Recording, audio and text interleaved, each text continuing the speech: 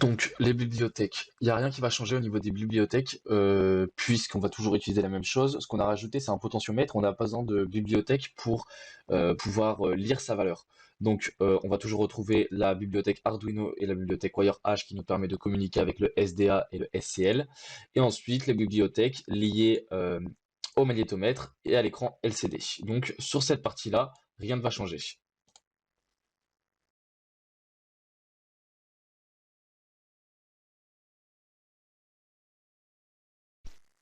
Le setup c'est pareil, ça va rester en soi le même.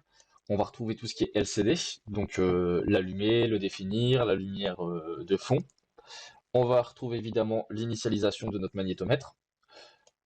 On va retrouver la petite boucle qui nous permet de savoir si notre magnétomètre est bien fonctionnel ou pas.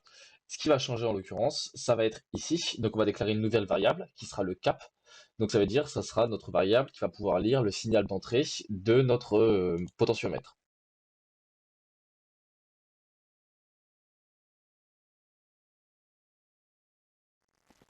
Ce qui va changer maintenant, c'est essentiellement dans notre void loop.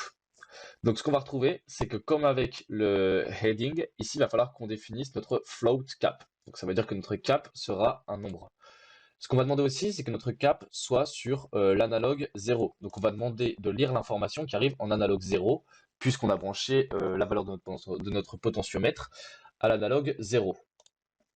On peut évidemment le mettre sur l'analogue 1, l'analogue 2, l'analogue 3, ça n'a pas d'importance. Tant qu'on ne va pas sur l'analogue 4 et 5 qui sont réservés au SDA et au SCL, c'est bon. Ensuite, on retrouve ici forcément tout ce qui était lié au potentiomètre, au magnétomètre, pardon. Donc c'était le float heading degrees qui se transformait en read headings, donc pour que ça passe en nombre.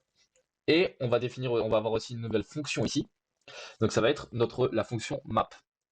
En fait, la fonction map, ce qu'elle fait, c'est qu'elle va bloquer la valeur du potentiomètre entre 0 et 359. Donc on ne montera pas jusqu'à 360, mais 359. Donc c'est tout simplement la valeur en fait d'un cercle, donc de 0 à 360 degrés. Ici, le 0 et 1023, c'est tout simplement la capacité, c'est le nombre de bits. Donc on va le définir entre 0 et 23. Et en fait, ça va nous permettre de transformer la valeur qu'on a de notre potentiomètre en un cap, en une direction sur un cercle. Faut se rappeler que le potentiomètre, c'est en soi une résistance variable.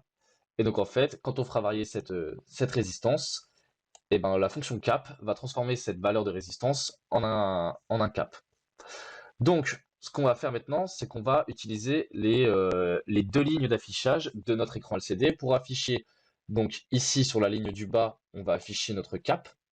Et sur la ligne du haut, on va afficher notre heading degrees. Et enfin, on retrouve bien évidemment la fonction qui nous permettait d'avoir la correction du magnétomètre et de lire les valeurs X, Y pour nous donner un cap.